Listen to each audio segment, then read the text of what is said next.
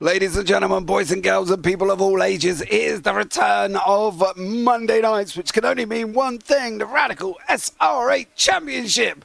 Round 9, live from Circuit de Spa-Francorchamps on the bike layout. Now, I have looked through the bike layout, and I've looked through the Grand Prix layout, and I cannot see any difference whatsoever. I think it is down at No Name.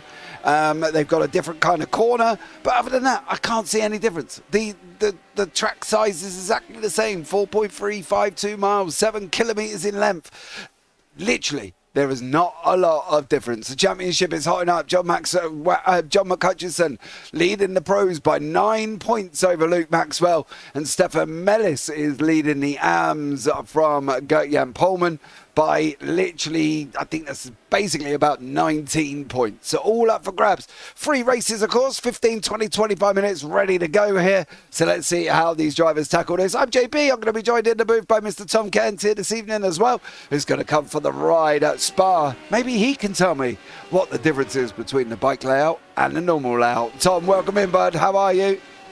Very nice, thank you. Yeah, after making the long travel home from Goodwood at the weekend, which was absolutely fun, I'm ready to go for this one. And you are right in terms of the difference. It is the corner of No Name, the corner after Bruxelles, the hairpin, where the cars were filtering sooner than the corner which Formula 1 cars go through. So that's the only difference of this configuration compared to the Grand Prix circuit. But other than that, it's as you know it around this track of Spa. And John McHutchison, well, after a really disappointing round last week at Road America, his worst score of the season, which will count towards his drop scores, it's game on in the championship. I never thought I'd be saying that, because from when he won his 10th race of the season at Zolder, I thought that was it. But after Luke Maxwell's best round of the season at Road America, 9 points is not a lot. I mean, John Hutchison's got with it all to lose, whereas Maxwell, I think, has got with it all to gain. He needs another round like what he had over at Road America if he's to keep the championship realistically alive heading into Monza next week. Yeah, we're going to find out. Last round is, as I say, Monza next week. We'll have to keep an eye out and see how these drivers get on. What was the score situation going into this one? Well, it's going to be very, very exciting indeed. So hold on to your hats as we head to Monza Historic. So it's the layout, the full track layout. Well, no, it's not really the full track layout. It's the Grand Prix layout and the oval as well. We went there last year and it was the best racing I've ever seen in these SR8s, and I'm sure it's going to be as well. I'm not quite sure if Gert-Jan Polman and Stefan Mellis have come to some agreement to start from pit lane, but neither of these two have set times on the board. I'm going to make that a presumption of mine to say that that is the reason why you are not qualifying. I'm going to try and see if that is right, Tom, but by the looks of it, I may well be. Well, it could be that the sign from the pit lane or sign from the back, because with it being only a 13-car field, there's not really a lot for them to gain in terms of going for the laps, and they are in the AM class, those two, so it's not like they gain a lot. But Ben Underdown, who's been very impressive this season, he has missed a number of rounds, though, perhaps at the beginning of the season, but he has come alive, and he could all of a sudden be in the fray to win the AMs at the end of the campaign. Yeah, he missed the first 2, but he's been here for the last 2, 4, 6 rounds. So we'll see how he gets on. He's sitting on 140 points at the moment. Gert-Jan Polman on 174. Obviously, Mellis on 183. Pros and AMs on the left-hand side. Pros are orange, AMs are blue. So Menno de Graaf is also an AM once again. So we'll see how these guys get on. See what takes shape here at Spa. We're just waiting for the grid to come up. If you are here as well, thank you so much for joining us. John McHutchison on pole position with Luke Maxwell second and Ewan Bramer in third. Ben Underdown up in fourth with Menno de Graaf fifth. Great job from them. Paul Crabb, Mike Bousson, Jamie Bird, Michael LeMay, David Waters, Damien G and Gert-Jan Polman at the back with Stefan Mellis. I'm just waiting to see if there is confirmation. I haven't had confirmation that that is the situation, but I'm probably guessing it might be when 2 people start at the back here as well. How's the season been, Tom? You've been here more than I have. I don't think I've been here this season because I've been elsewhere as well. How's the season been overall? It's been competitive. I think it's been up and down in terms of the numbers, but I think thanks to John Hudson's effort to get the league up and running, I couldn't have asked for more than what me and Jim have had to ask from him. So John has done a terrific job getting this up and running, and now he's got a championship to fight for with Luke Maxwell being in the best of form at the moment, especially the last couple of rounds. James Barry, is he around this evening? I'm just having a look. No, he's not, which is interesting because he's already missed a couple of rounds this season as James Barry, and this is the third one that puts him out of contention for the title, unfortunately. Okay, well, let's see how these guys get on here as well. Just a couple more to get onto the grid. Jamie Bird and Stefan Mellis. I'll be interested to see if Stefan does get on here as well, and see whether or not he's going to take shape on the grid, of course. So keep an eye out for young Stefan and see. Hopefully there's no problems. I know he had problems with his VR before. In fact, he crashed into somebody the last race I did with Stefan in the race with VR on. He went and kapoof, hit somebody. So there we go. Hopefully that isn't going to happen to Stefan, but maybe there is a problem overall, and see how he gets on. So there we go. Right, he isn't on the grid. This is going to do his championship hopes no good. Ladies and gentlemen, 5 lights. We are green, green, green. It went very, very quickly. Mellis has jumped to pit lane, or he's actually out, I think, for Stefan Mellis. John McHutchison's going to lead the way into turn number 1. Luke Maxwell's going to sit up right behind him here.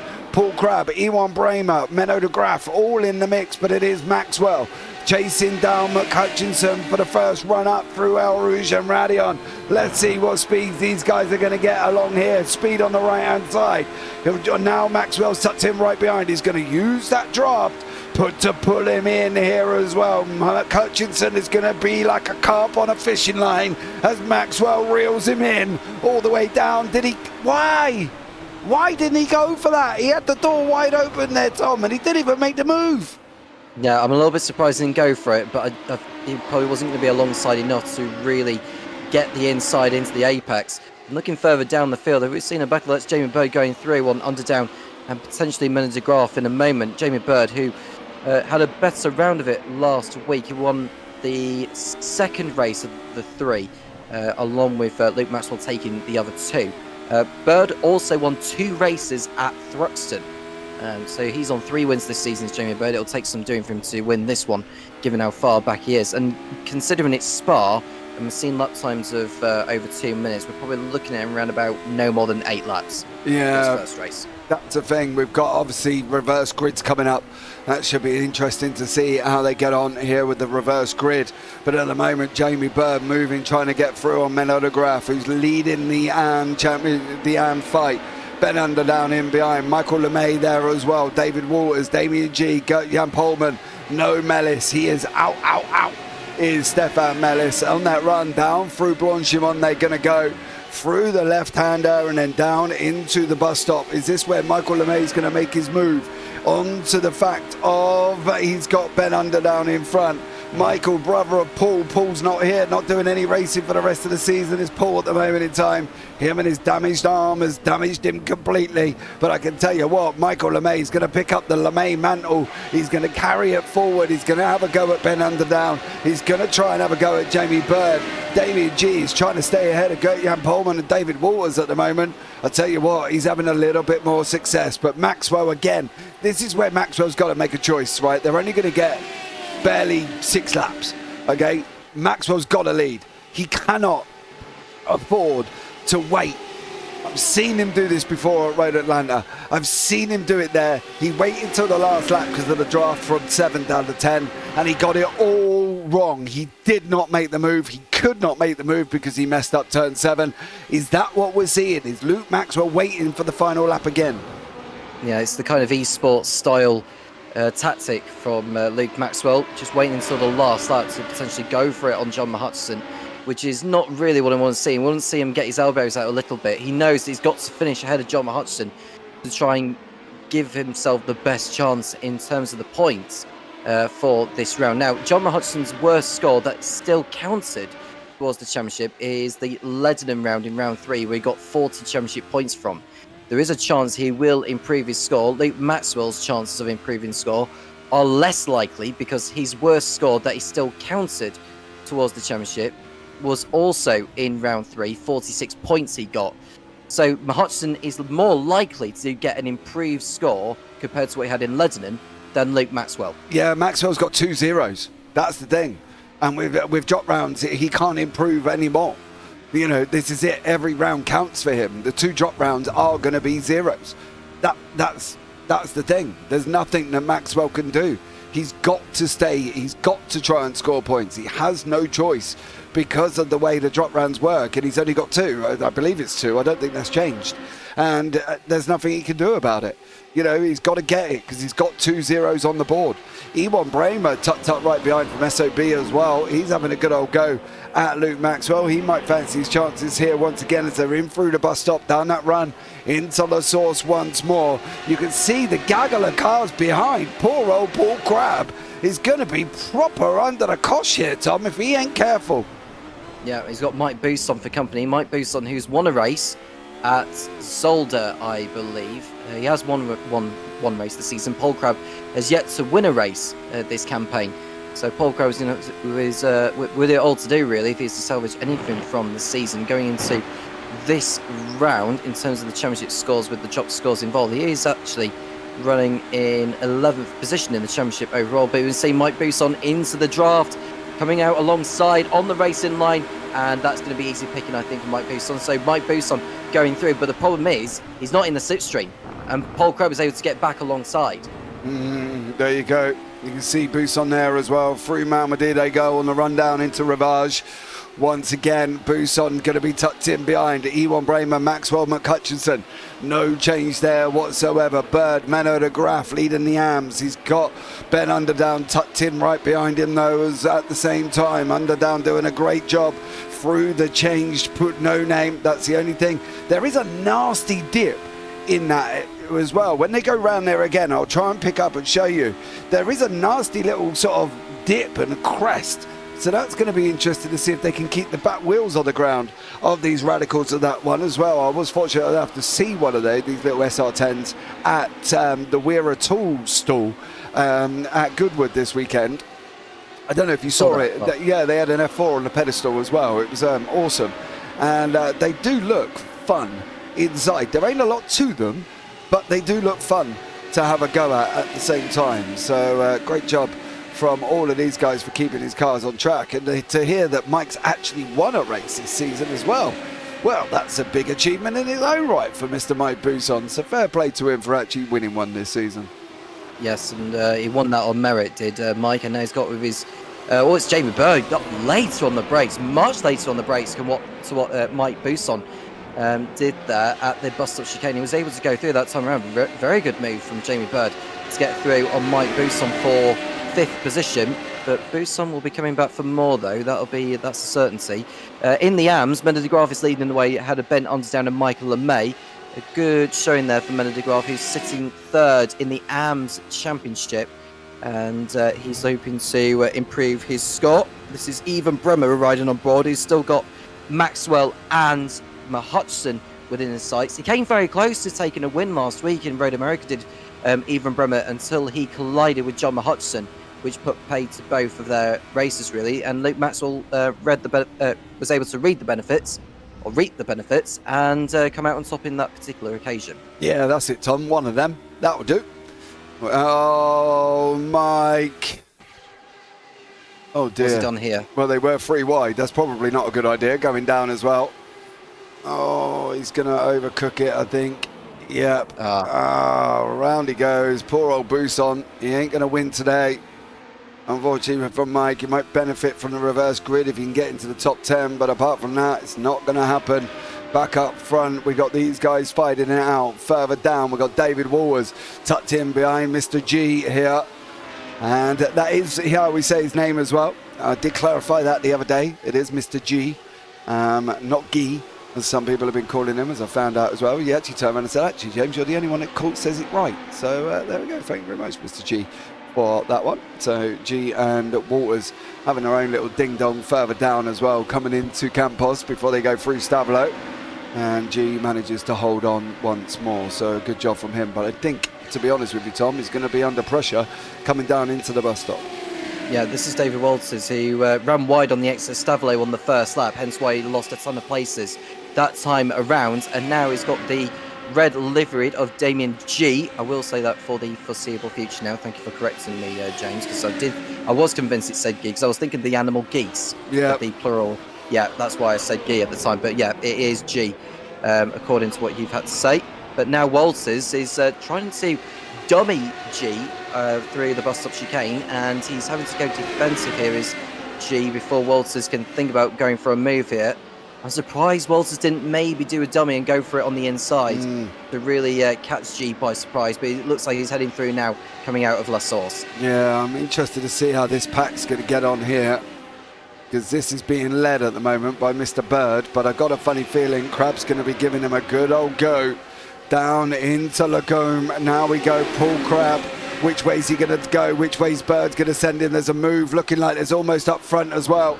Luke Maxwell, John McHutchison, they stayed as there are. Paul Crab, Jamie Bird, side by side going into Lacombe. Bird loses that place to Crab.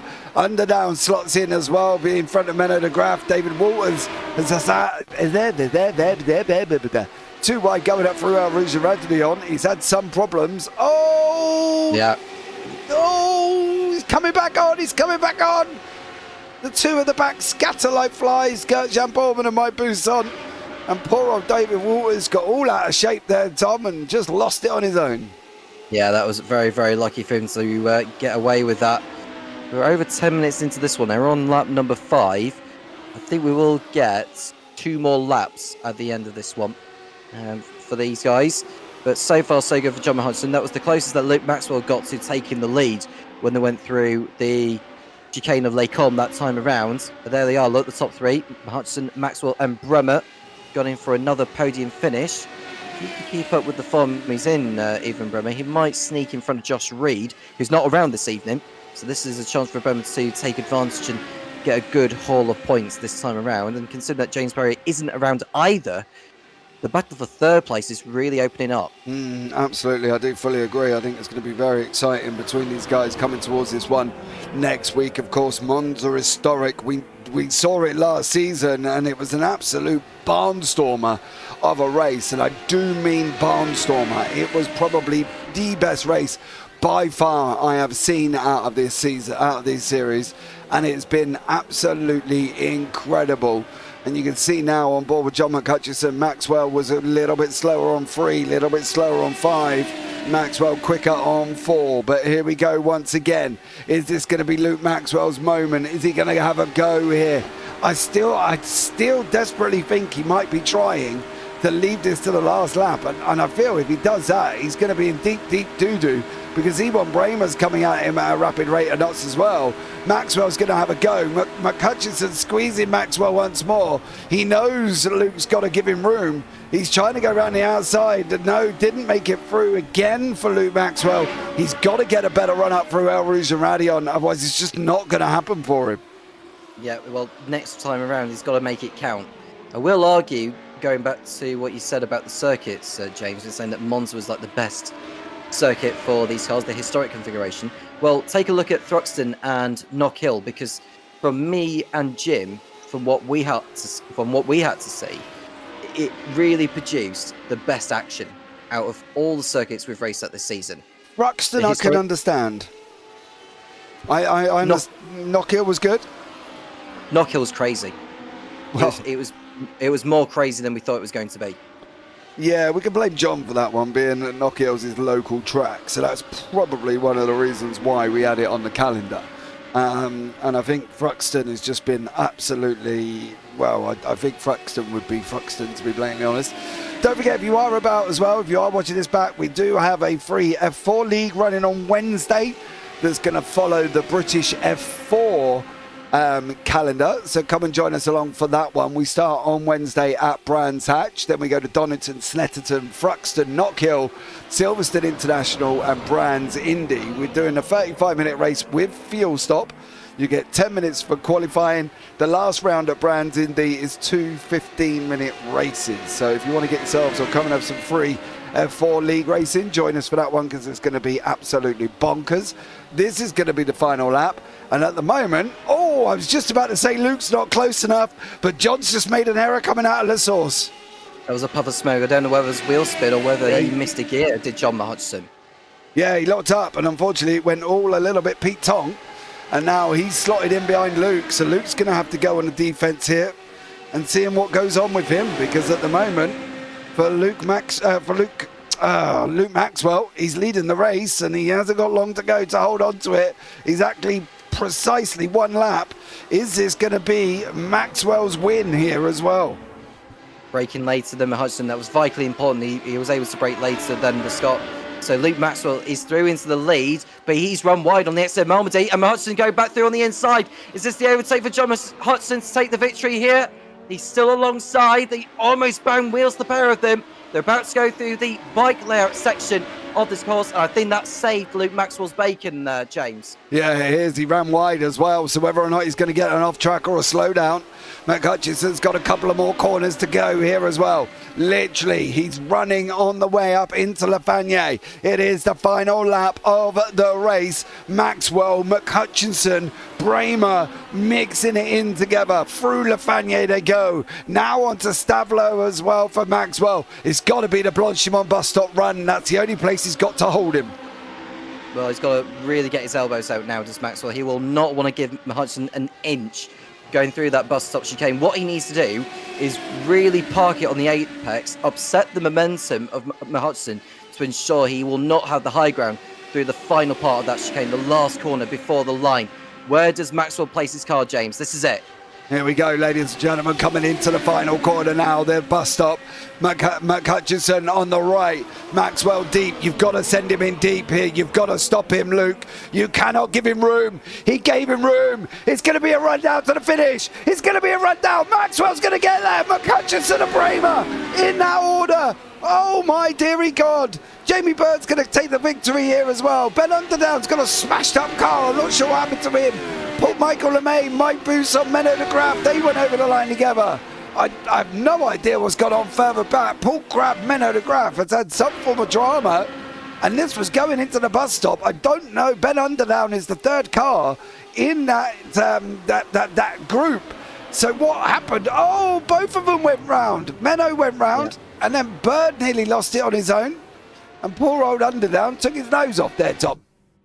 Yeah, that was precipitated by Paul Krubb spinning at first and taking out two drivers, actually, as he was trying to rejoin that. So I don't know if there'll be a word or two. Probably not on this occasion. It was one of those things. This is Stefan Mellis, who exited the pit lane whilst the others were on the final lap. So I don't actually know if he'll get points for this particular race because he's only done one lap. We'll find out here as well, see what Stefan got up to. But it's great to have him in the race anyway, regardless of that. So welcome in, Stefan. Thanks so much for coming to join us as late, but you know we'll forgive you. I do wonder. I've known Stefan for a while, and there could be a number of reasons why he's late. It could just be anything. So I'm going to leave it at that for now as well. Let's bring you up the results from race number 1. Luke Maxwell takes the victory. John McHutchison the second. Ewan Bramer and Jamie Bird. That's your 1, 2, 3, 4. Ben Underdown wrapping up the hounds with Michael LeMay in second place. Bousson, Menno de Graaf, Paul Crabb, Damien G, Gert-Jan Polman, David Walters, and of course Stefan Mellis at the end there as well. So we're going to be getting onto the grid ready for race number 2 very, very shortly. And Ben Underdown is going to be on pole position, Tom. Can't wait to see how he gets on here. He came close, actually, to taking maybe a podium outright. So I would love to see how Underdown gets on and mixing it in with the pros. Yeah, well, ladies and gentlemen, hold on, because we're just about to find out here. 2 lights, 3 lights, 4 lights, 5 lights. Race 2 is green, green, green. Underdown gets it off the line. Bird's going to get the second part of the start, though. Maxwell's going to shoot up the inside. Is he going to be able to get there as well? No, McHutchison up at no places. Luke Maxwell up 2. So it's a top 5 reverse for race number 1. And now Underdown and Bird, Maxwell, McHutchison and Bramer running once again. Bousson tucked in right behind him at the same time. Further back, you can see all the cars spread out, but Underdown leads for the first time up through El Rouge Radion. Is he going to hold it for lap number 1? It'll be difficult for him to do so. You can see the draft he's given there, and I expect Jamie Bird to go through, or even Luke Maxwell. If Maxwell can get through on both of them, that'd be magnificent. On the inside goes Maxwell on Bird and Underdown, but it's Bird who takes the advantage. He stays in front as Bird Underdown losing place here. He allows the pros to go through, but needs to watch for Michael LeMay, who's the next AM driver behind him. Yeah, Michael LeMay a few cars back at the moment, but Jamie Bird leading the field. Maxwell in there, McHutchison in there, Bramer's in there, Underdown runs wide, Buson runs wide. Now Krabs tucked in, then Michael LeMay in there having his own little ding-dong with Mano de Graaf and Jan Polman and Walters and G. They're back together as well. It's been Velcro between Walters and G. Now let's see if they're going to be able to separate from each other. But Jamie Bird run, well, blimey, where was he coming from? Wherever he was coming from, he ran very, very wide there. And Luke Maxwell's in second place with John McHutchison behind him again. He's lucky he didn't get a slowdown for that, Jamie Bird, because he went so far out wide on the exit of Pullman, and he maintained the position here, Luke Maxwell. But look for John McHutchison here, who's going for it. Well, Luke Maxwell is going through. That's very ambitious, though. I'm surprised he went for it. And McHutson's off! Oh, has he run wide? Did he come back on? He did, but he managed to hold on there, John McHutchison, at the moment. He's managed to hold on, but he is now all the way down in ninth place, McHutchison. Did he just run wide on his own? I think he may have done. Or did he get a squiggle on? Oh, the curb bounced onto the gravel. Oh, he runs a little bit wide for him. Oh, Maxwell's crashed. Maxwell's crashed going into the bus stop. What's he done here? Because he was behind Jamie. Oh, he got on the outside. He got on the grass. He got on the grass, did Luke Maxwell. Yeah, couldn't get the car stopped. He's now got to try and bring it back on. That will be a slowdown at the same time for Luke Maxwell. And now he's dropped behind John McHutchison. So Maxwell's back in with McHutchison, and Bird survived the day. Bird survived again, but he has got Bramer tucked in behind him this time. I wonder how many times you're going to keep on saying that, Jamie. Mate, you tried saying it as quickly. You can't get the words out quick enough. It's a nightmare. They're side by side again. Bird and Bramer side by side going into Lacombe. Underdown and Buson side by side as well. Bird's going to go deep. Bramer's going to take the lead. Underdown's going to stay alongside Buson. Then we've got Paul Crab who's going to tuck up the inside at the same time. This is manic action for these SR10s. Yeah, we're seeing a completely different race compared to maybe what we saw on lap one. Now that McHutchison and Maxwell are both down the order, Bremer takes the lead of the race. Could he be on course for his first win of the campaign ahead of Jamie Bird, who's going for win number 4 this season? Mike Buson going for win number 2. Oh, there's a car in the air. Who was that? I'm sure a car lifted up in the air there. That was such a bizarre incident. Oh, it David was Dave Walters. Walters. Yeah, he ran into the back of Stefan Mellis. Oh, man. Him and Mellis have crashed. Well, they did crash because there goes Walters, and then Mellis just pulls it over, I think, at the same time for Stefan Mellis. I wonder if he braked there. Oh, Need dear. to go back. I might have to go back. I might do it this way for a minute, because I'm wondering if there was some form of crash from Stefan Mellis. I know he's had problems with his VR. Did he hit the brakes after the corner? Oh, maybe. Oh, he did. I don't think Walters anticipated to check up from the car in front of Mellis. I don't know if that was Gert-Jan Polman, but somebody checked up in front. But at the moment, Bramer's under attack from Bird and Buson. Yeah, that was not Walters' fault by any means. I don't know if there's some form of problem with his sim for Stefan Mellis, but either way, it's put both him and Walters out of the race. And now we're looking at the Maxwell-McHutchison battle as they are in a tussle with Michael LeMay at the same time. So they're almost like they're going one way and the other. There goes Maxwell. They were looking from this heli cam of McHutchison. Oh, this is going to be very brave of Maxwell to do it, isn't he? Or if McHutchison can help it, he may go through over, but he sensibly tucks in behind. But this is allowed. Is that was Menno de Graaf in behind him, yeah. Menno's jumped in there and grabbed the position away. McHutchison now has got Menno behind. Maxwell's got it. I think he might have had some form of slow issue going through, but Menno's still in behind McHutchison. McHutchison still being behind May. There's Bird and Buson side by side once more. Here we go. It's going to be, oh, Mike, get that slide. There you go. Gert was braking, and to avoid I blow my flipping engine. Oh.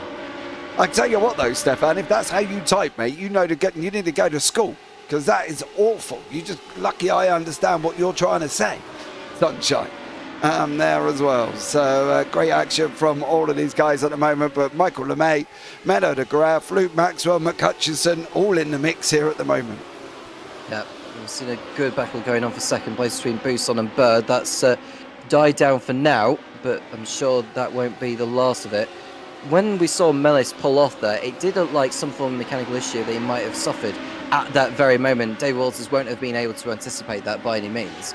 But Mellis has gone back on circuit now, so he'll try and get a finish under his belt, or a proper finish under his belt, because he only did one lap on that first race. There we see Bird on the tail of Buson entering Blanchimont, entering there now, and it looks like Bird may even think about an overtake heading into the bus stop. Yeah, Jamie Bird's going to come in now behind him. You can see at the moment in time, he's going to be in there. I think there's been some melodrama. Buson's gone through. Bird's managed to hold on. Crab's tucked in. McCutcheon, this front pack. Good evening, Craig Jones as well. Welcome in, Sunshine. Thank you so much for being my partner in crime. Friday at Goodwood Festival of Speed. We had a great time. Oh, Crab! Crab's caused carnage! The crab has gone sideways like crabs do, and Crab has just caused carnage at that corner. He got away with it, but Paul Crab doing sideways things as crabs do, and he's caused drama at La Source. McCutcheon involved, Underdown involved, and Crab just could not help himself but go sideways there as well. Luke Maxwell wiggles through, Menno de Graaf all in the mix at the same time. He nearly ran into the car in front. I think he locked the brake as he went in and locked the rears, and that explains why he spun around the way he did. And it affected so many cars. The most notable one is John Hutchison, who's taken the biggest hit of that. That's given Maxwell some form of reprieve for the championship. But yeah, another twist. Yeah, absolutely there as well. Jan Polman, Crab, Underdown, McCutcheon and Michael LeMay all involved. He's put a couple more people in the pits. Jan Polman's been in the pits. Well, we saw Mellis and Waters. They were both in the pits. Waters is out at the moment, but Bird's got Buson crawling in behind him. Menno's got the Crab and Luke Maxwell, who's on for a good score here. He's just got to get this job done and see if he can clear these two cars if he can. He's got time. He's definitely got time as Maxwell. He just needs to pick them off one by one and not rush it. If he can get by Crab at the bus stop without any drama, then he should be fine. But the problem is he's got Menno de Graaf in the way, who's going to give the toe to Crab. And I just wonder, well, Maxwell, he cannot do what he did last time when he went 3 wide with 2 other drivers and going straight on. He can't afford to do that again. Yeah, we're going to find out from Maxwell what he's going to do here. Is he going to be able to get through? Is he not going to be able to get through? What's the situation? He dives up the outside of Crab. He's trying to use the draft of the Graaf to pull him forward. It's going to be a 2-wide moment. Luke Maxwell, Paul Crab. Maxwell tucks in. He tries to get on the throttle. Spins the car up. And that is him losing time. Jamie Bird, fastest lap of the race. Go Birdie on a 2:12.475 there. Great job from him. Buson tucked in behind. But yeah, Maxwell spun the wheels up coming out of the bus stop. Didn't get any closer. No, and that's going to make things tricky for Maxwell here because he's got Crab and de Graaf in the way going up the hill, or they're about to go up the hill here. What does Maxwell decide to do here? Well, if he's going to make this stick and pull off a double overtake, he's got to be within range to go through, ideally on the inside. That's what he wants. He needs to just pull out as early as he can here on Crab, which he should do. He's pulled out now. What does Crab decide to do? Well, he's boxed Crab in, which will give him the high ground for the inside of on de Graaf there, but it's just Crab that he takes for now. And as for de Graaf, well, it should be easier picking for Maxwell. Ooh, no disrespect there, Menno, of course, if you are listening. Yeah, of course. Better put a disclaimer in there, Tom, before Menno messages me and be like, what are you talking about? He's going to get past me a lot easier. So there we go. As Luke Maxwell goes through, of course, Luke, Luke is just Luke. He's going to do it on the inside of Pouhon. Through he goes, no problem at all there as well. So, Menno, as much as, you probably hate what we said, it's looking like it might be a little bit true. But now he's got Crab holding on. Menno, of course, leading the AMs. You don't want a repeat of race number 1, though, where he obviously, lost it on the final lap at the bus stop. Well, now that Maxwell's got those 2 out of the way, he can focus on going after Mike Buson. which it's got like another 3 seconds or so. I'm just looking at the gaps as he's trying to close in. Yeah, he's got around about another 3.5 seconds to chase after Mike Buson. And he's got around about 5 laps, no more, probably 4 actually, considering the time we've got left. So Maxwell's got to get a move on if he's going to maximise the points he can take from this round. Yeah, absolutely. I don't think he's going to get any further up though. He's got a 3.7 second gap to Mike Buson. Mike's in his own little battle with Bird. Bramer's still leading the way as well, so great job from him at this moment in time. But Bramer, Buson, Maxwell. Graf, of course, lost the arms on the final lap. Underdown, I believe it was, took the win in the end in the arms. And Menno de Graaf still leading away with Michael LeMay in behind him. And Paul Crabb has the Crab gone sideways once more in the same corner. He did it again. Is this going to be it? Yes, it is. The Crab's going to go sideways once more. Can't go down the racetrack like that, sir. And unfortunately for Paul Crabb, he's just going to have to wait. He drops down below Damien G, Ben Underdown, John McCutcheon as well, all the way down there. I think John's lost a lot of speed since that incident. You can see his little feet, his little Scottish plate sitting out the back of the car, out the front of the car there as well. And unfortunately for John, apart from airflow, there ain't a lot else he's got going on in that car at the moment, Tom, to be honest. And Damien G has just made some drama. And I wonder if him and Ben Underdown had contact. We'll see as they go through those. G on the inside there. Does he go straight on here? No, it's cooked it on the exit. He's on the exit, yep. And thankfully he didn't take Underdown with him. No.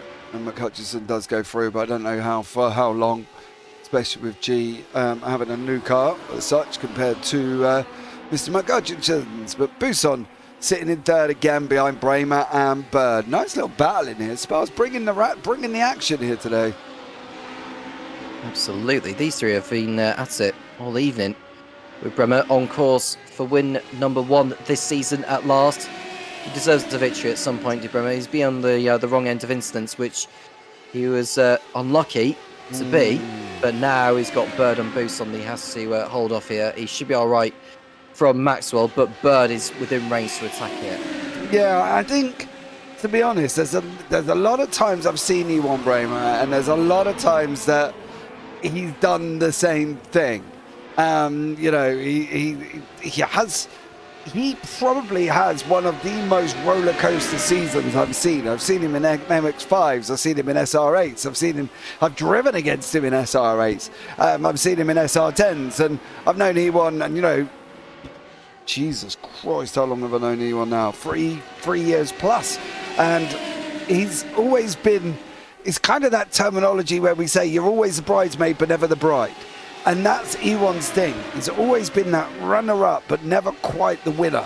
You know, and I'd love to see E1 win. It would be the greatest achievement ever for him to win a championship that we're commentating on, and which has not happened ever, mind you, that I can remember. But he does all Bird. He's going to hold third though. I think he should hold third, but that has brought Maxwell into it. He'll have overheated those rears, James, which should allow Maxwell to close in a little. He's still got Menno de Graaf on his tail, actually, Luke Maxwell, so it's not like he's pulled away from him since he got that overtake done not too long ago. Maxwell's going to try and get on the road, though, because you can see Jamie Bird now.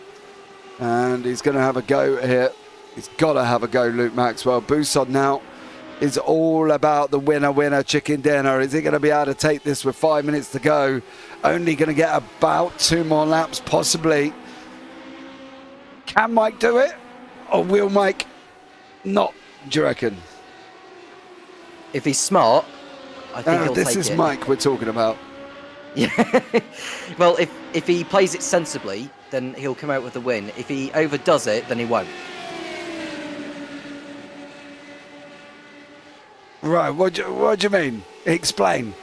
Yeah, well, basically, if he stays tucked up in the slipstream and brakes later, but without overshooting the chicane or locking the rears, like we've seen a lot of the other drivers do, then I think he'll take the win. If Bremer gets his elbows out and Buson ends up overdriving the car by going off the circuit, then it'll be Bremer taking the win. Okay. Well, Buson hasn't got long. He's going to have one and one more. 2 minute 13 laps, of course. Let's see how he gets on. Menno is holding on to the back of Bird. I don't think Menno, if he's smart, really needs to push this scenario. Maxwell has cleared Bird, so that's a third place for Luke Maxwell as well. That's points he's taken out of John McHutchinson, who's got Damien G closing in on him quite rapidly. But Buson now, Buson's moment. Is this going to be Mike Buson's moment here once again? Where are you going to go, son? Oh, he pulls out to the outside, does Mike Buson. Is he going to clear him? I expect to see a white car very shortly. There it is. There it is again. Buson now into Malmedy. Cut back underneath him. Cut back underneath him. Cut back underneath him. Oh, Mike, you got on the power. Go, son. As he's trying to go up the inside. Ewan Bramer cuts his nose off. Doesn't get the corner right, though, Tom, because he did almost struggle to get that rotated. Well, those two live into battle as they go round once more. This won't be the last of it, and you just see Maxwell in the background. He's got in front of Jamie Bird now for third place. That's another championship point going in the way of Luke. But what about these two? Because this could have massive ramifications for the championship. Yeah, Buson sitting in fourth, of course, behind James Barry. He's going to get points over Barry tonight. How many rounds have Buson missed? The first two. So that's his drop weeks done and dusted. Bramer's going to tuck in right behind him again, coming into the right-hander. Now they're going to be reaching out onto Paul Ferrer once more. Through they go. Now they've got the bridge. Then you got the undergoing into Blanchimont. Buson, Bramer. It's the double Bs out in front. Who's going to hold on to this one? Who's going to be able to get through? Through the left-hander of Blanchimont they go. Down into the bus stop. Buson's opportunity. Is he going to choke or is he going to capture it? Well, ladies and gentlemen, we're going to find out on this final lap. I don't think here Tom he's not going to make the move before then. However, Bramer has made a mistake and it's Buson's chance down into La Source. Well, this cannot be a better chance for Buson to take victory here. And just to correct you about Mike Buson's season, he did compete in the first couple of rounds. They happened to be his worst scores, hence why they haven't been included in the best scores yet. Oh, so he sucked in race one, round 1 and 2 then? Yeah, essentially. Oh, Mike. Poor old Mike. Well, he's got an opportunity to redeem himself now. Final lap of the race. Buson, El Rouge, Radion going there as well. Bramer is going to be holding him on. Here we're going to see this Dutch fighting spirit here again. Bramer's left, Buson's right, Maxwell's left, Bird's right in the background. Bramer's going to hold that line. Buson's going to want the inside. Bramer gives him too much room. Too much room. He's coming back at him in Malmedy. Buson's got to try to come back down into Rivage. He doesn't get it back. Bird manages to hold on. We've lost Lou Maxwell. Lou Maxwell's gone on the final lap going into Lacombe. This will be contact with Jamie Bird through Lacombe. Bird on the outside. Yeah, that's contact between the pair of them. There may be a few words afterwards. If there was, it was minimal. If there was, it was minimal though, Tom. That's the thing. Buson's now come back away from Bramer going into Lafayette. This is Buson's last chance then. Can Bremer hold on and take his first win of the campaign, or is Mike Buson able to outbrake him into that last chicane and snatch victory from himself? Well, running wide like that on the exit of Lafayette won't help Bremer's cause. No, definitely won't. Buson's going to tuck up behind him now. Last run through Paul Ferrer. Buson 2.8, 2.7, 2.6, 2.5, 2.4, 2.3. Is this man from Froome who's used to driving John Deere's going to have a go through Blanchimont? No, it's bus stop. It's the bus stop. He's either going to use his Oyster card or he's going to be giving one piece in change here for Mike Buson.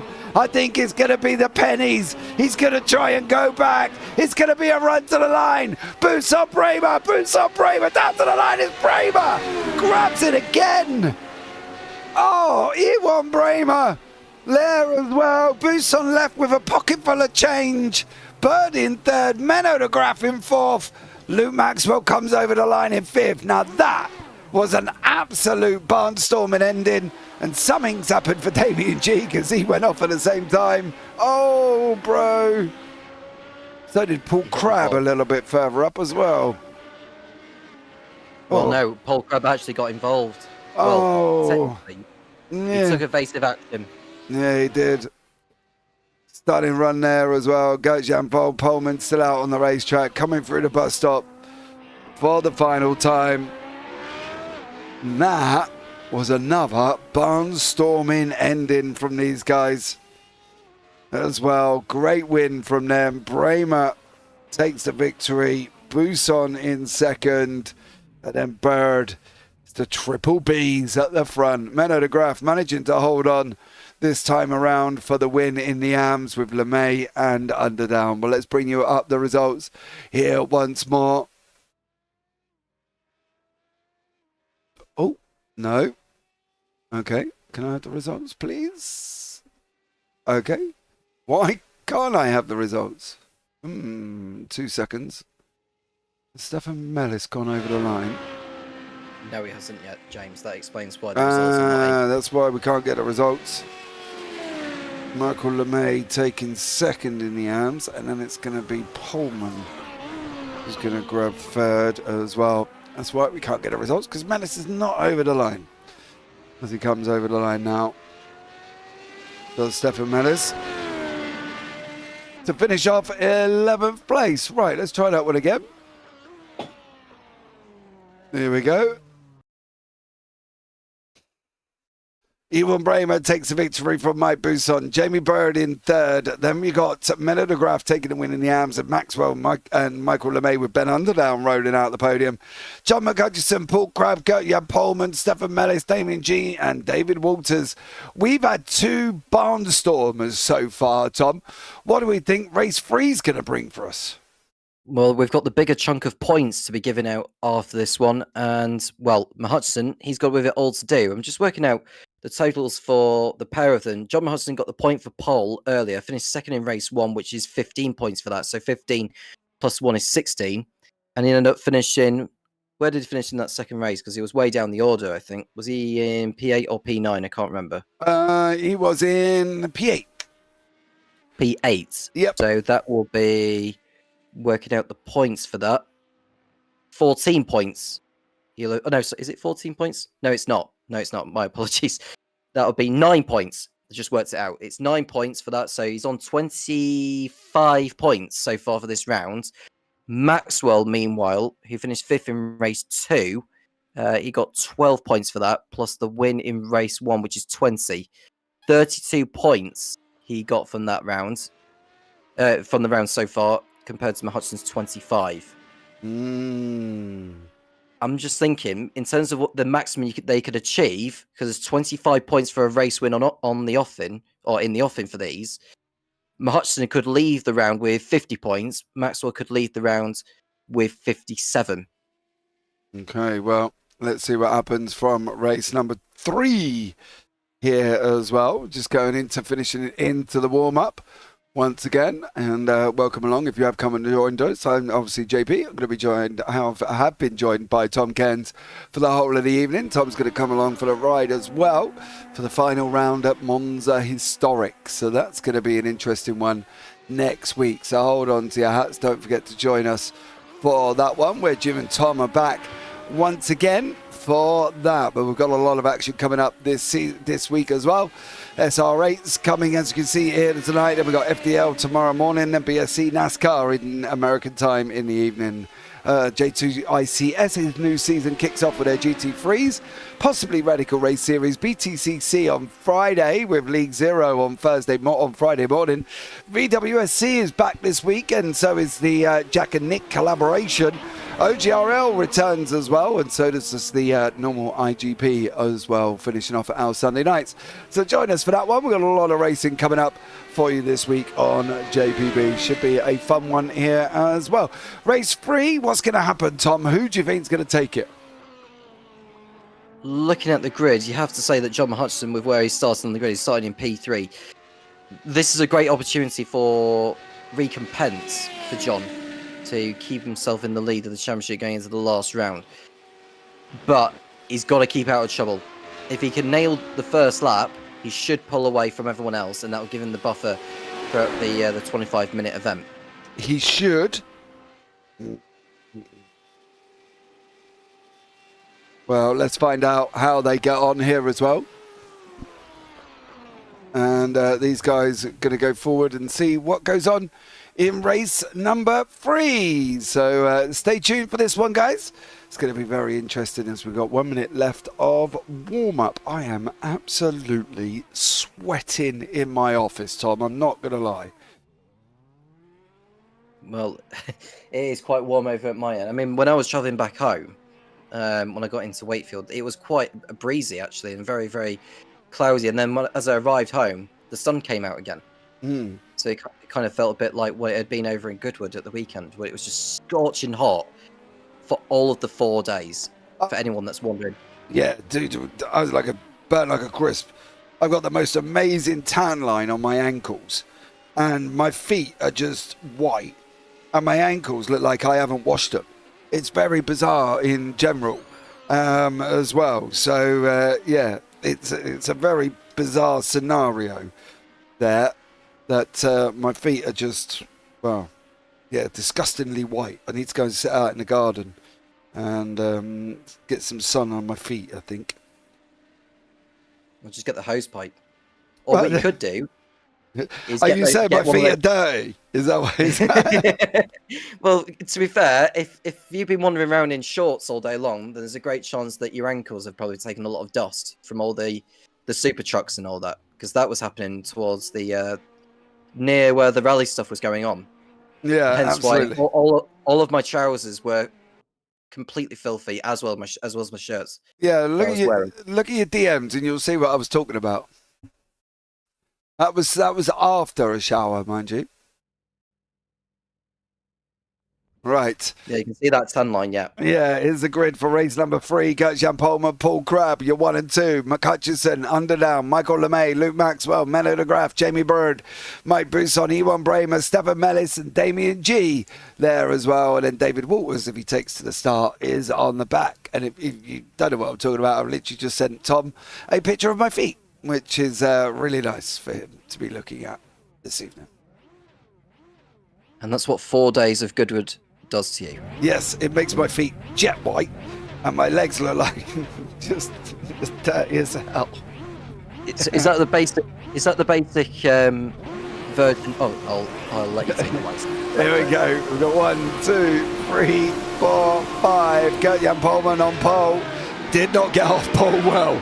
McHutchison's got an absolute flyer there. Is he going to be able to take the lead in going into the corner? Jan Polman spun up in front of Crabb.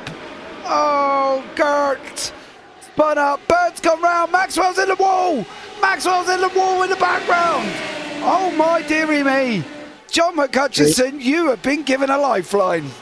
Dream scenario for John McHutchison coming out of Radion. And someone's off. Someone's had a big shot into the barrier. No, it's Gert-Jan Polman. No, sorry, yeah, you're right. It's Mike Buson. Buson's in the wall. Oh, my God. What went on with Luke? Oh, there was contact with Buson. And then what went on with Mike as he's coming down the hill, running side by side with Ewan Bramer? Oh, dearie me, boys. No, Buson. It's not going to end well. No. Oh, there was a tap. Big shunt. Menno de Graaf, I think he came together with. Wow. Yeah, steering's broken. Yeah, that's him done. Watch this. That's Menno in front of us. Bang. Spin round. Here we go. Pirouettes. Yada, yada, yada. Wheels off. Nowhere to go on that car. That was absolutely bonkers. But McHutchison couldn't have asked for a better start, really, could it? Well, it's not over yet. I mean, given the fact that Waltzing G didn't take the start and Buson in the pits now, Maxwell's got to dig deep. It's a long race, this one now, and he's got to really get on with it. And Paul Crabwell is dropping back all the time. He's dropping like a fly, James. Yeah, he has for Mr. Crabb, unfortunately, there as well. He's got no front end whatsoever. He's behind Gert-Jan Polman. Jamie Bird, I don't think he's got much of a car left either, to be blatantly honest, because he does not look like he's trying to make inroads. He's got, by the sounds of it, he's got no speed at all. What are they doing? 148. Yeah, 153. He's already 6 miles an hour down on the guys in front, but Menno's still running. But blimey, race 3 is kicked off here. Michael LeMay, Stefan Mellis, Ben Underdown, and Ewan Bramer with Menno and Jan Polman behind. It's been a manic beginning to race 3. Crab comes into the pits. Not surprised by that. And I have to say, Bremer's start's been phenomenal. Up from all the carnage on that first lap to go up into P3, and he's got Ben Underdown and John Hudson to go after. It's been a super round for Bremer so far. Absolutely. Good job there as well from Ewan Bremer. See how he goes on now. But at the moment, it's all about what Mellis is going to do here, I think. Is Stefan Mellis going to be able to get Michael LeMay as they're running down in... No, Mellis is backed off. However, if he ain't careful, Menno's going to have a go at him here. Well, Mellis is taking a really tight line through Lake On. I saw Hutchinson pull to the side just to break the toe of Ben Underdown, who's not too far off him. There goes Menedigoff. He's through on Stefan Mellis. I don't know whether Mellis has got issues with his steering or whatever, but that car does not look like a car that's ready for racing. Does it? Definitely not. It does not at all. Let's see what goes on. He's slightly left, if he's slightly right hand down there. Very weird. What are you going to do on the straight? Oh no, you do look alright. What's Menno's like? Don't forget there was obviously all of this carnage at the beginning. Michael LeMay is not having a happy time in that SR10. Oh, he's got straight steering as well. A couple of it's really weird actually because it's quite deceiving because a couple of people look like they've got problems there, Tom, but they all seem to be running straight. Well, that's rather strange. Mike Bousson exits the pits, albeit a lap down on the field. And it's unlikely he's going to be getting a good score out of this unless there are other drivers falling by the wayside. Paul Crabb has rejoined in 10th position. He's a long way off Luke Maxwell, who, well, has got with it all to do if he's to be closer to Hudson in the championship. Yeah, Bousson's back out on track. However, for Mike, he has come out in front of, well, yeah, I'd say in front of the leaders. The leader's going through La Source, Mike's going through Lacombe. Michael LeMay, however, has got Menno de Graaf tucked up beside him, now behind him. Up through El Rouge and Radion they go. Menno in behind at the moment. Is Michael LeMay going to be able to hold on here? Stefan Mellis is going to get a wicked draft. Watch this. Oh, he pulled out well early. That was too early. Yeah. He pulled out. Unless Michael LeMay cuts back through, and now he's got through on de Graaf at least. But yeah, I was a little bit surprised he pulled out as early as he did, unless he's feeling ambitious and slot alongside, but that was never going to work really for Mellis. Yeah, he definitely didn't. He pulled out a little bit far, a little bit early. Did Stefan, and unfortunately just couldn't quite get the momentum. He should have stayed in behind because he would have got a wicked draft. After two in front, he could have possibly done both of them. Now Menno's going to be in. He's got Bird and Pullman in behind. There's Maxwell recovering. Oh, not in a good way, mind you, because that looked a very, very dodgy corner. This is what I mean about this corner here. Bam. There you go. Oh. Do you see what I mean? It goes over like almost like a drop down into the hill. It's a very bizarre corner. Yeah, it's almost like going down, going the reverse round of Knock Hill, isn't it? Yeah, it just, well, obviously, I'm saying that both ways around Knock Hill. That 4 and 5 turn is still a jump. That's the only two turns on the racetrack that retain the numbers. It doesn't matter which way round they are. They're still turns 4 and 5. It is true. Yeah, some useless information for you there as well, Tom. Take away with it and do what you shall. Well, Bird is on the attack here. He's got de Graaf and Mellis who are tussling into the bus stop. And yeah, Bird won't want to rush this here, but he cannot afford to sit back too much. There goes Bird through on Mellis for position. And is he going to be able to get through on de Graaf? Well, he's not going to be able to go to the inside because Mellis is still there. Oh, Mellis both. going through. He got both indeed, yeah. Oh, Stefan Mellis goes shopping at Spa and he grabs 2 for 1 special. To Stefan Mellis there. Great job from him. He's going to be happy with that, and I know he's going to have a big old smile on his face as well with Stefan Mellis. But now he's got to get the gloves out, he's got to get the elbows out, he's got to spin the decks at a DJ and see if he can hold on. Chop the vinyls at Menno de Graaf and Jamie Bird. Which way are they going to go? It's going to be a free white scenario. No, Menno's going to sweep on the inside. Mellis has got it. Oh, come back at him, round he goes. No, he can't hold it, Stefan Mellis. That 2-for-1 he got lasted a couple of corners, and then unfortunately Menno de Graaf gets him back again. Yeah, nice battling going on between de Graaf and Mellis all the way through that. And now they're on the tail of Michael LeMay, who's holding firm in 4th place, but it's Ben Underdown who's running away with it in the AMS. Looking good for 2 wins from 3 this evening, which will put him in a good position, considering that Stefan Mellis and Gert-Jan Polman have not had good evenings themselves. That's going to bring Ben Underdown into the fight for the championship. Given it's the bigger chunk of points that have been handed out in this one, Ben Underdown is going to be given a huge lifeline. Yeah, absolutely. Connor Pink's joined us in YouTube chat. Connor, welcome in. How's the baby? Hope he's doing well. What a set of races these have been. Oh, mate, they've been absolutely bonkers. I can't believe I've not been here for this season, unfortunately. I've been doing GT3s with Tanzo. But, oh, Bird! Oh, Jamie Bird, you aggressive rascal, you. He got his elbows out there, and poor old Stefan Mellis nearly ended up in the gravel. Yeah, Mellis won't have liked that one. Bird going through. It was very robust, I have to say, though. As he heads in. Bremer up into 2nd place ahead of Underdown. Yeah. Bremer's got through and Underdown there as well through the bus stop. They're going to run side by side. Bremer's going to get it over the line. Of course, it's not the end of the race. We've still got about 15 minutes to go. So there's still time for Michael LeMay and Menno de Graaf, Bird and Polman, Mellis and Maxwell. You can see the 6 there as well, coming down that start-finish line. But it is going to be Bremer. It is going to be Underdown once again. All good on the baby front, mate. Thanks for asking. Cracking racing. SR8s are awesome. Dude, just come and join us. Next season, we do them on a Monday. We haven't planned next season yet, but I'm sure we will soon. Me and John have got to get our heads together to find out. John leading the race, of course. There he is, the Scotsman in that 69 machine.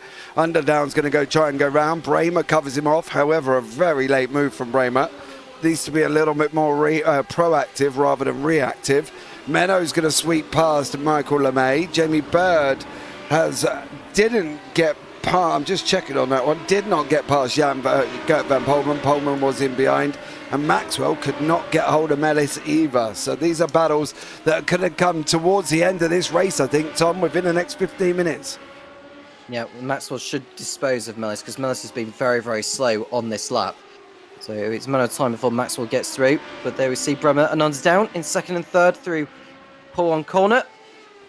It's Maxwell Bremer who's chasing after Hutchinson for 2 in a row. But I feel that John Hutchinson's going to take what will be his 11th win this season. James is already into double figures this campaign, and he's hoping to end the rounds. Now, with the positions as they are, Hutchinson will come away. Thinking about the points earlier, I think he'll end up with 42 points from this round, which will obviously improve his score, which will move him from... I'm just getting the table up, so do bear with me 1 second if that's okay with you. Yeah, you carry on, mate. You've been here more than I have, mate. I'm relying on you a lot of this for this evening. Maxwell's going to tuck in behind Mellis once again. Down through Blanchimont, they're going to come. Maxwell now with Mellis. Here he goes. 118 is going to try and get past the 55. Mellis is going to hold on, I think. Maxwell's going to come at him down into La Source. It's now what Maxwell's going to be able to do. Can the 118 machine, 118, hello, it's Maureen. Is he going to be able to get past Stefan Mellis down into turn 1? I don't know if anybody remembers that helpline as well, 118, or hello, it's Maureen, or I can't remember. There was one advertised the other day on the way to Goodwood. I don't even remember what that was. Does anybody else remember them, or is that just me going off to my own little butterfly effect and coming up with something that wasn't true? But I'm pretty sure it was. Now we're going to have Bird and Michael LeMay. Michael LeMay's now going to have a go at Menno de Graaf. Has Tom finished doing his maths yet? We're going to find out. Bird's going to dive up the inside of Michael LeMay. Gert-Jan Polman and Luke Maxwell. Well, no, Luke Maxwell gets past Stefan Mellis. And Tom, have you finished with your maths? I think so, yeah.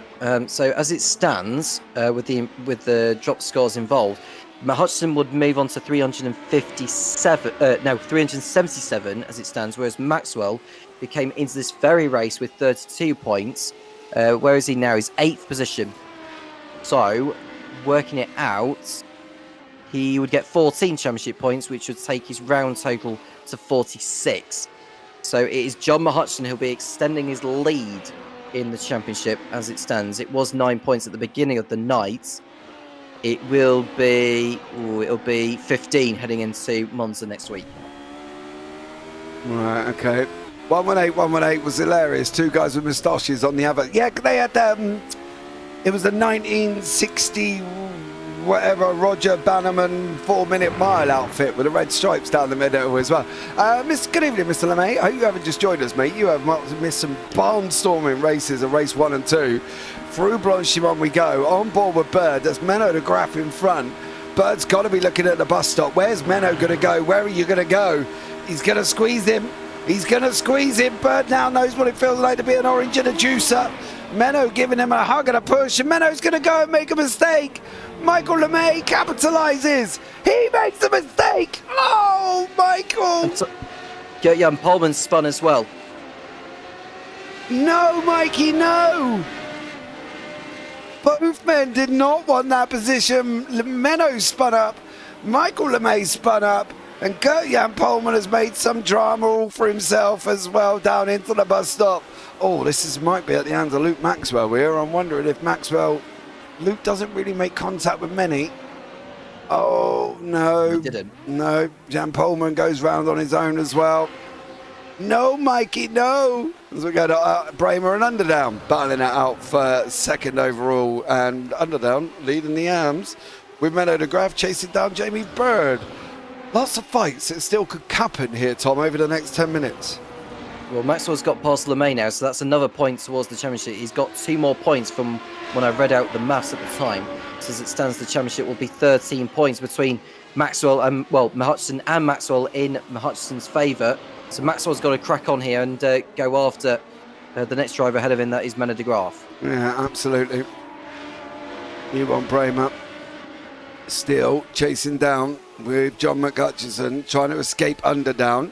Bird has got de Graaf. De Graaf has got Maxwell. I don't think Maxwell's going to get any further. That's asking for a 4-second gap from Luke Maxwell. Mellis and LeMay, however, these two AMs could have a right little ding-dong. They're carrying on once more. They will carry on. Mellis going toe-to-toe with LeMay. This is for second place in the AMs. Mellis will be wary of Polman, who's a little bit further back now. And he's benefited from Polman's spin, which give him some form of encouragement. But Ben Underdown is going to be the one benefiting the most from all this. I will have to do some extensive maths, actually, because Ben Underdown has got quite a lot to gain. I didn't pick up on where he finished in races 1 and 2, although he won the first. He finished 5th in race 1, I remember now. But he also finished, can't quite remember in race 2, but that'll be something for later. Yeah. Michael LeMay, Mellis going down into La Source. Mellis has just cleared LeMay. Now it's going to be LeMay running down on the hill. Is Michael LeMay going to be... Oh, don't do this. Don't do this. Is this going to be drama for the AMs? Is this going to be... Oh, swing, batter. Michael LeMay nearly lost his nose. That was very much Mark Webber-esque. That's all I will say.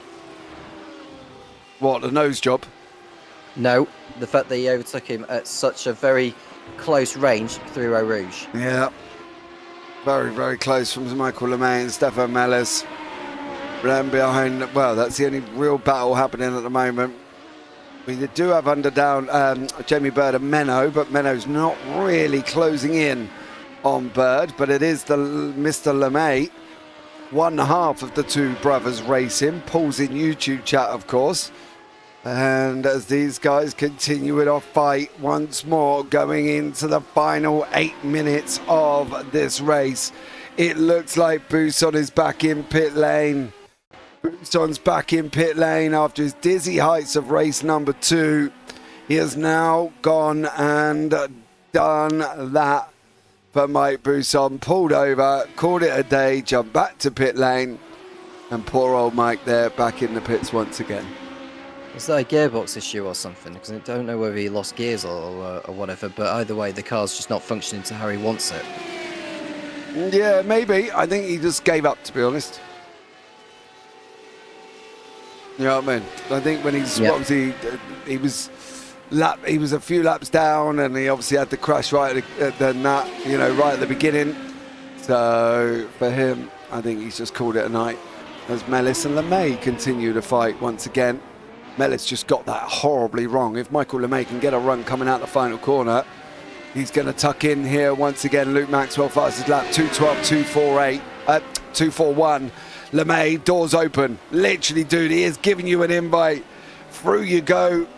Now is to run down the hill once more. They've got to be careful here as well, Tom, because they want to make sure they can make through this one cleanly. Well, Mellis is ahead before they even get to Eau Rouge, so it should be safe and sound through that part. But is LeMay within range to attack here? Well, he needs a good exit. Mellis's drive on the exit of Radion wasn't as good. And when does LeMay decide to pull out? If I was LeMay, I would pull out right now, not before the curb. Yeah, pulls out. Is he going to be able to sweep? No, I think it's too late for Michael LeMay. I think he needed to be a little bit earlier. It's going to be tucked in once again. Now on the run through Marmaduke down into Rivage. Is he going to be able to do this on the downhill? No. Oh, well, Mellis is giving you the door, son. Mellis is giving you a door. No. Now over this dip. There's that dip we're talking about. Look, it's like they can almost get air there. Oh, Mike. Where does he go here, LeMay? Well, it'll be far too ambitious to do it through Pouhon. There's no way he'll do it through that. No, Mellis gave him the door, though, mind you. If Mellis keeps leaving this door wide open like that, LeMay's going to... Oh, he's in deep, Mellis. This has got to be your opportunity. Come on, Mike. Strong arm him, son. Oh, you're letting him off, Mike. You're letting him off. Have a word, Paul. He needs to be more aggressive than that. Mellis is giving him so many opportunities to have that position away from him. Well, is he going to be able to do it through Blanchemont this time? Well, LeMay is alongside, but he's definitely not got a car's length alongside. And he'll have to tuck in and think about a move into the bus stop. Here they come. And they'll need to watch out for Gert-Jan Polman, who's closing in. There he is in the background. This battle is going to be fought. Oh, Mellis going well wide again. Oh, Michael needs to be aggressive. If Mellis keeps making mistakes like this, Mike's got to go for the knockout punch on him. He's got to go. Mellis is either severely mirror driving or something's going on in that car. He just cannot get this right. Takes the inside line again. LeMay, don't run him. Tuck him behind him. Hug his rear end there as well. Up you go, son. Now tuck him right behind him. Keep staying on his rear. Don't go past him yet. Too early. Oh, he's pulled out too early. I don't know if he's going to be able to hold this. Michael LeMay's on the outside. Mellis is on the inside. This guy's having a battle and a half. Mike, you got to be brave. You got to be... Oh, Jesus Christ. He's like the boxer that won't go for the knockout punch, Tom. Well, will he go for the knockout punch through Beau Rivage? He won't do from that. Yeah, I'm a little bit surprised he went a little bit early. I mean, this is the thing, it's about timing. When to hug the rear of the car in front. Hence why you don't want to be going or pulling out of the slipstream before that kink on the Camel Straight. So I think LeMay needs to learn from that going forward, as we see Pullman and Crab, who's making up for lost time, might get through on Pullman before this race is over. Maxwell's not got the gap down, though, on Mena de Graaf, James. I think he is looking as good as he is for 6th position. Yeah, it's gone outwards. If anything, it was 4 seconds. It's now gone on to 6, and I wonder if this might have something to do with it. Yes, ma'am, it will. Yeah, and that will hurt the handling of the machine. Yeah, if he's absolutely clunked that inside line. What's his steering doing? Slightly right. because he's trying to go straight and holding it to the right here. Now LeMay tucked in again. Come on, Mike. How many doors does he need to go? Do you need to get the king to write you an invite? Come on, Sunshine. He's going to hug the inside. He's going to overcook it again. Watch him come shooting in. Now, just cut back. He's done the same again. Get him on the exit, son. Oh, my God, blimey. He's going to try and go now. The door, literally, dude, look at this door. You might as well go in and rob his house. Oh. And he still can't make it stick. I'm surprised he didn't send it. He's tucked up behind the situation. Now, when does he pull out of the situation? Now, he needs to learn from last time. He does not pull out too early. Well, he stays tucked in. He's going to get the pull now. Now go. Go. Go. Oh, you're too close. Oh, Paul, the frustration is real with your brother here, mate. Yeah. I wonder what Paul LeMay will be saying to him afterwards, because there's been so many chances for him to just simply go past Mellis, and he hasn't been able to do it.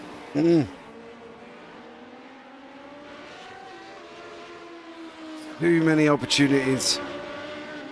Too many opportunities for Michael LeMay here. Through Puan, if he doesn't get this position, he's going to absolutely kick himself. John McCutcheon, this is going to be about as close as the last lap as we're possibly going to get here. He's got just about a minute to go. He's got to get down through Blanchimont and through the bus stop. He should do it. One more lap. Yeah, I think there's going to be he always looks more deceiving because you want to say just about, but I think he's going to get there for about 30 seconds here, to be honest. Well, it'll be more than that. He'll be over the line, I think, at the minimum 35. Yeah. So Hutchinson goes over the line. There is the white flag. And he crosses over the line with around about 37 seconds to start. So this will be the last lap for John Hutchinson, and an important result this after the disappointment in race 2. And with where Maxwell's ended up, or is going to be ending up, this is good news for Hutchinson for his championship. Yeah, Mellis is going to try and hold this position. He's got a lot better corner. He's got to do that again, and I don't think Michael LeMay is going to be able to get there. Barney's looks like he's broken his wrist there. It's a very, very weird flag angle. I'm not quite sure who he expects to see holding it sideways. McCutcheon on the run down into Lacombe. We've got Bramer driving around on his own. Underdown on his Todd as well. There's Jamie Bird, who's got Menno a little bit closer. 5 tenths, 4 tenths. I don't think it's enough to get him into Lacombe, mind you. But if Bird makes a mistake, Menno's going to be jumping on the back of it. And there's Luke Maxwell. Then we go to this. The frustration is real. Go now! You're too close. You've got the overspeed. Go! Oh, Michael LeMay. Oh, is he going to stop that car? He's not. Mikey, no! Mikey, no! That's not right, Mike! So close, bro. He could have... I don't know. That is literally 7 to 8 laps of annoyance, isn't it? It's that itch that just you wouldn't be able to scratch it. So you know if it's like on your back somewhere and you're struggling to reach it. Yeah, between the shoulder blades. It's always right between the shoulder blades. You can't reach, and then you look like a bear rubbing up and down a door frame. It's very bizarre. But Michael LeMay just got well, he was waiting for an invite from the king. Didn't go through. Mellis might have just invited him into his house, steal his shoes, his lunch money and everything else, chuck them over the telephone line. I don't know if anybody did that as a kid. And now he's gone and made a mistake. He went in too hot. He pulled out too late. Couldn't get the car stopped. Spins it up at Lacombe there as well. But John McCutcheon comes over the line for the win in race number 2. Ewan Bramer is going to get him there in second place. And Ben Underdown not only winning the AMS, but grabbing a podium overall. Great job from him. Jamie Bird third in the pros. De Graaf second in the AMS. And then Luke Maxwell fourth. Stefan Mellis, you lucky, lucky boy. I could tell you that much. Lucky boy. If that was anybody else, Michael LeMay, Paul Crabb are going to run down side by side to the line. LeMay's going to grab the position away from Paul Crabb there, and you go Jan Polman in behind that. But yeah, great set of races. I have to be honest, that was an absolutely barnstorming evening of racing. I think you can all say there as well. Now on the feature race results, McHutchison takes the victory. Bird in second, Bramer third. Then it's going to be Bramer in second, Underdown in third. Bird wraps up the podium in the pros. Menno de Graaf's fifth overall, second in the AMs, and Luke Maxwell and Stefan Mellis wrapping out the final podium. Mellis, you lucky, lucky boy. Michael LeMay, you need to go down to a boxing gym and get some aggression. Paul Crabb, Gert-Jan Polman, Mike Bousson, Damien G and David Walters never took to the start here as well. I don't really know what to say about race 3. It was on and off the boil, wasn't it? It felt to me like the only battle we were seeing was involving Mellis and LeMay. That was the headline story. But the headline story should be John Hudson collecting that win and goes into the last round of the season, I believe, with a 13-point margin over Luke Maxwell. Well, let's find out. We're going to see if anybody's going to come in for a chat here. Let's see if we can bring you up the results overall. So this was heat number 1. See Luke Maxwell taking the win, McHutchison and Bramer finishing off the podium in the pros. Then Underdown, Michael LeMay and also Menno de Graaf finishing off the podium for the AMs. That's how they finished in race number 1. Heat number 2, closely. Well, it wasn't because I can't get it, but let's try this one. Heat number 2 was Ewan Bramer taking the victory with Mike Bousson and Jamie Berger 1, 2, 3. And then in the AMs, it was Menno de Graaf again with Michael LeMay in behind that, and also Ben Underdown wrapping up that third place on the podium. And then, of course, in the feature race, we've just witnessed, it was John McHutchison and Ewan Bramer, with Bird in third for the podium of the pros. Ben Underdown separating them. Menno de Graaf and Mellis wrapping it out on that one. So overall, 3 great races, I think you can safely say, Tom. Yeah, very good. I've just been busy working out the maths, actually. Oh, dear. Yeah, so yes, I am that kind of person. Ben Underdown picked up a haul of points throughout that round. Yep. 5th in race 1, which was 12 points. 7th in race 2, that's 10. That's 22. And he got a 3rd place finish in race 3, which would have given him 19 championship points. So it's 41 points in total for Ben Underdown, which takes his total to 181, which puts him... Does that put him in front of Menno de Graaf? I'm not 100% sure on that. But it's very close. So. Let me have a look. See if I can find out here, because normally they publicise them pretty much straight away. Right. No, Menno de Graaf's on 196, Underdown's on 181, Polman's on 199, and Mellis is on 208. McHutchison's on 376 with Maxwell on 364 and Bousson in behind that there as well. So the guys have finally come into the booth and we can have a chat. Let's start off with our Mr. Luke Maxwell. Luke's had a win in race number 1 and then had a bit of an up and down roller coaster for race number 2 and 3. But let's have a chat with him now once again. Luke, welcome in, bud. How are you? All right, yeah, a bit disappointed with that rounds. Rounds 2 and 3, I suppose, tonight. But it is what it is. We'll carry on. I think the championships there's a very slim chance now, but we'll have a go into next week. Good fun track next week. Mate, you're only 12 points back. Okay, yeah, it's possible then. Yeah, just need John to have a bit more bad luck. Although he did in race 2, didn't he, today? Oh, he had a rotten race. He got caught up and it all went a little bit peak-tong. But then again, I think everybody did at some point because you had your own little melodrama.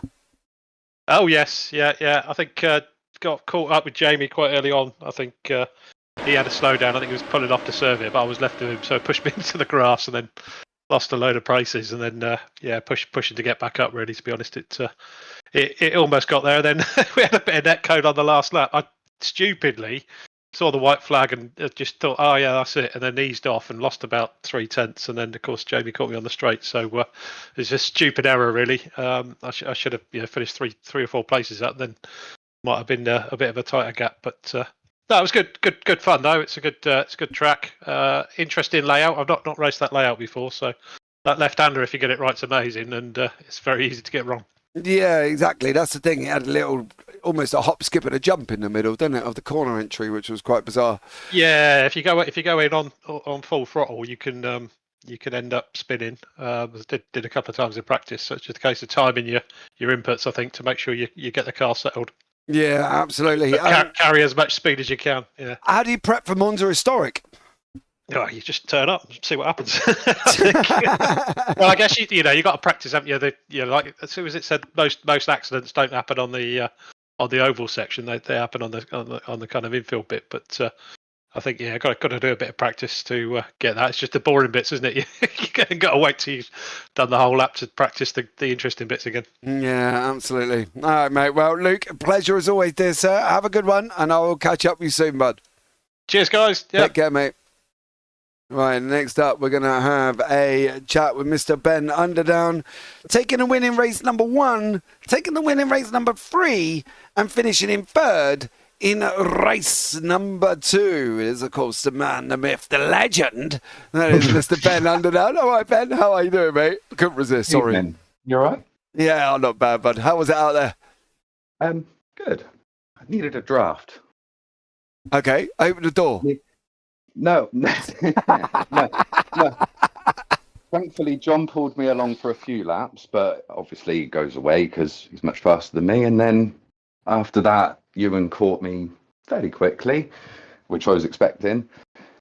And he gave me a couple of laps, and then I was just hoping someone would drop back and give me a tow, keep me away from everyone else. Yeah, absolutely. How did you find the racing out there, though? Because, there was a few moments, Ben, you got yourself caught up in stuff. Do you think? I thought I was pretty well behaved. So, number 1, didn't you have a drama in La Source? I think With John? Paul spun in front of John, and I went at the back of John after I'd let John past. Yeah. I couldn't do anything about that, could I? No, I know, mate, but, it was an exciting one, wasn't it? I love this. This is the first time I've been here all season. This has been absolutely amazing. And do you know what? It's like it most weeks, to be fair. Oh, I've missed out, I mate. That's what I've done. You should catch up, subscribe and like and everything. To my own channel. I do know it's their own channel. I just thought, yeah, come with gold. Yeah, I'll pay for my own membership as well while I'm at it at the same time. But listen, I just spoke to Luke. How are you going to prep for Monza Historic? I've never driven it, so mate, do some practice. You are in for a barnstormer. You think this was fun? You wait till you get there. I watched last year's. Yeah, last season, yeah. And much like Spa, I'm not looking forward to the draft is really good if there's not too many of you, but if you've got too many in one place, it kind of gets a bit hectic. Boring. So you're trying to... no, the opposite. It becomes carnage. There was a few times there was sort of 4 or 5 cars in front, and I was just trying to hang back and hope that they helped each other off the track, and they did a few times, so I was very thankful. But if Monza's going to be the same, then it's luck of the draw, isn't it? Whether you end up in the right place or the wrong. Okay, mate. Well, looking forward to seeing how you get on there as well. Have a good one, buddy. Anyone you want to shout out before we let you go? Yeah, thanks to the NHS for booking me MRI scan for tomorrow, which means I can stay up late because I've not got to be at work on time. Nice. That's the only reason I've done 3 races this evening. So thanks, NHS. How long did that take? I don't want to know, do I? How long did it take? Yeah. What, to get a scan? Yeah. I had operations about 4 years ago, so 3 or 4 years, I suppose. Blimey. Waiting list and they tell you it's coming down. Never mind. Ben Underdown. Have a good one, fella. I'll catch up with you soon. Cheers, guys. Thanks Take very care. much. Oh, dearie me. Not to get too political, of course, on this channel as well. Why have I got... Right, why have you jumped into my interview booth, Mr. Mellis, after you're not turning up for race number 1? Welcome in, Stefan Mellis here as well. Stefan, how are you? Hey, I'm fine, thanks. How are you? I'm all right, mate. Not too Okay. bad at all. How was your racing? Yeah, the first one was one lap. I had some. I did an update of my Oculus Quest, and I could have better not done that. That went wrong, and my machine didn't find any Oculus back again, so I had to skip almost race 1. So I did the last lap. I don't know if it got me points or not. And then race 2, Geert-Jan was braking suddenly, and to avoid him, I geared down, and my engine blew, Oh, and I got hit. well, yeah, I did see that, mate. Yeah, you sent David Waters up into the never zone. Yeah, and yeah, I sent myself there too because my engine was gone.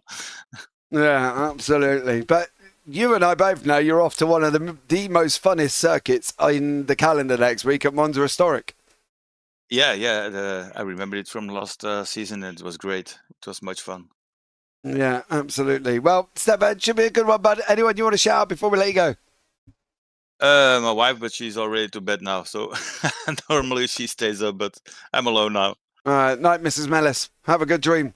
Take care, Steph. you. I'll talk to you soon, bud. Thank you. See you next week. See you later. Right, now let's have a chat with the little Scotsman himself, and I do mean he's little here, but he took his race second in race number 2. Race number 1, he had drama in race number 2, and he goes and wins the AMS in race number 3. John, welcome in, bud. How are you? Yeah, I'm very good, James. Nice to meet you again. Nice to meet you You've been too, sir. You've been a stranger to us all season. Oh, no, mate, but unfortunately I better be elsewhere. As well, as you're fresh off your booster seat to reach the pedals in your Civic. How was it out there? I had to adjust the seat a little bit to reach the pedals. Stick your cushion under your bum? The tracks are getting hotter and hotter as the race goes on, just like me. Oh, So yeah, you mean sweating hot, not good looking hot, right? no sweat, no, both. Yeah, you wish. Yeah, you've seen me.